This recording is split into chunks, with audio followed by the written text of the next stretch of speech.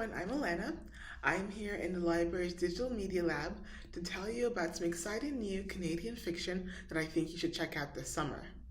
Speaking of summer, on July 4th, our adult summer reading program is starting, where you can win great prizes just for reading and reviewing the books you read this summer.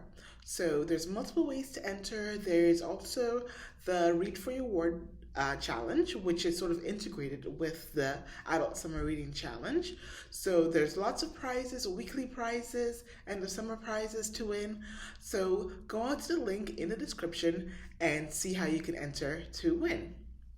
So I have tons of books to recommend today. Most of them I've read, some of them I haven't, all Canadian authors. So let's get started.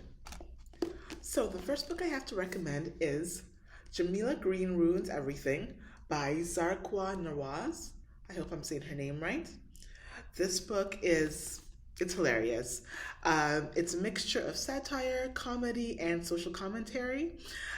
It's a little bit absurd, like some of the situations that happen in there is a little bit far-fetched, but it's worth the read. It's about sort of a late 30s author. She's a wife and mother whose newest book isn't doing so well. She wants it to be on the New York Times bestsellers list, and so in an effort to make it there, she turns to religion and to God. So she visits a mosque and meets an imam, and one thing leads to another. She ends up in Karachi and terrorist groups, and it has everything in it. CIA, FBI. It is a lot happening in here. And again, some of it's a little absurd, but it's a fun read. It's satire. There are stereotypes and stuff like that, but it is a fun read. So check that one out today if you enjoy sort of satire and comedy. So my next recommendation is Animal Person by Alexander MacLeod. It is a collection of 8 stories, interesting stories. The common theme is animals and relating to animals. It sort of examines us as humans and how and why we do the things we do, and revealing our insecurities, and just sort of examine what it means to be human.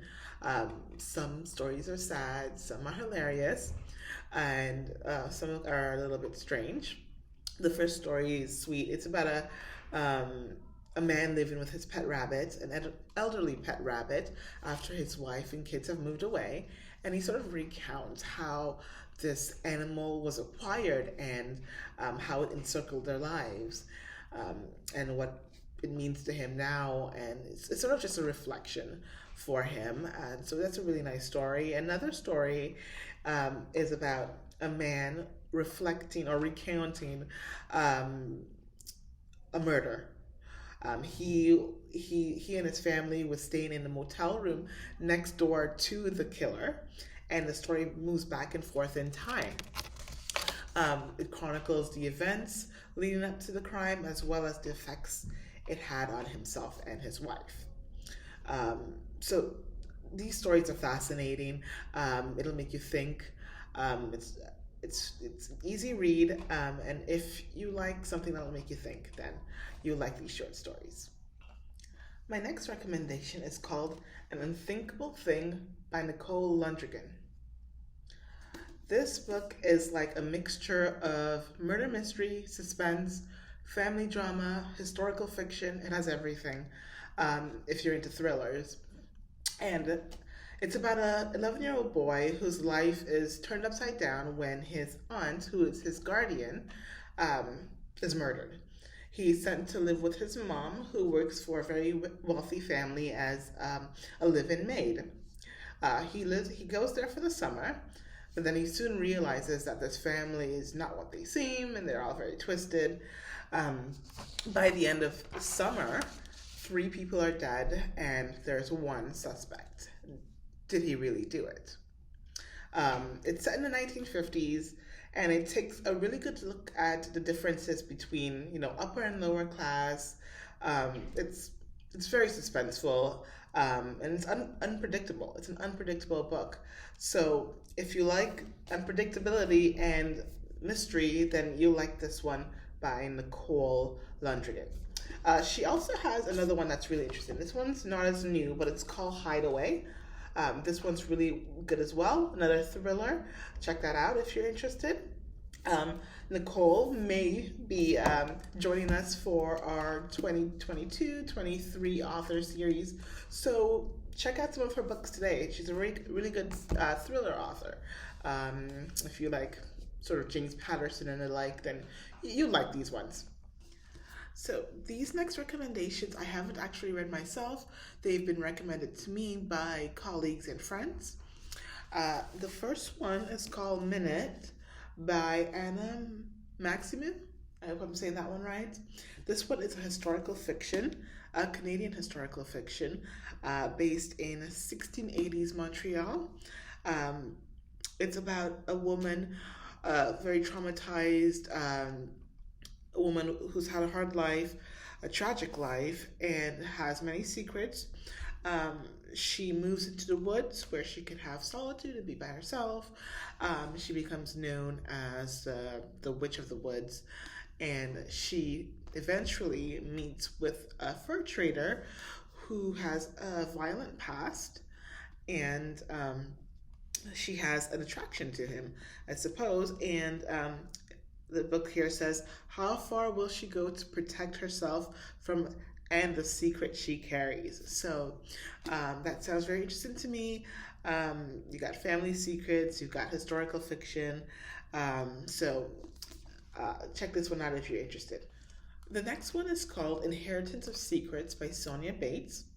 This is a murder mystery mixed with family secrets, mixed with a bit of history. There are links to World War II. So the main character's grandparents are murdered, and her sister goes missing. So she tries to find answers, and discovers daunting family secrets.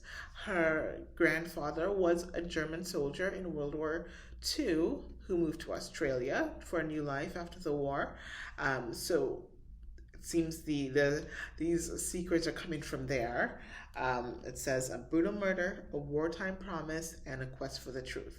So it sounds very interesting. You've got murder, you've got war, you've got secrets, everything. So this final one is called The Island of Forgetting by Jasmine Seeley.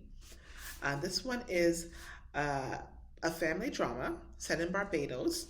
It is intergenerational, so it starts in 1962 to 2019, and it follows one family who owns a beachside hotel in Barbados.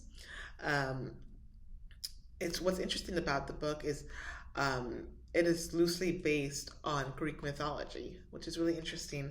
Some of the characters' names: Atlas, Cronus, Calypso, Nautilus, all very Greek sounding.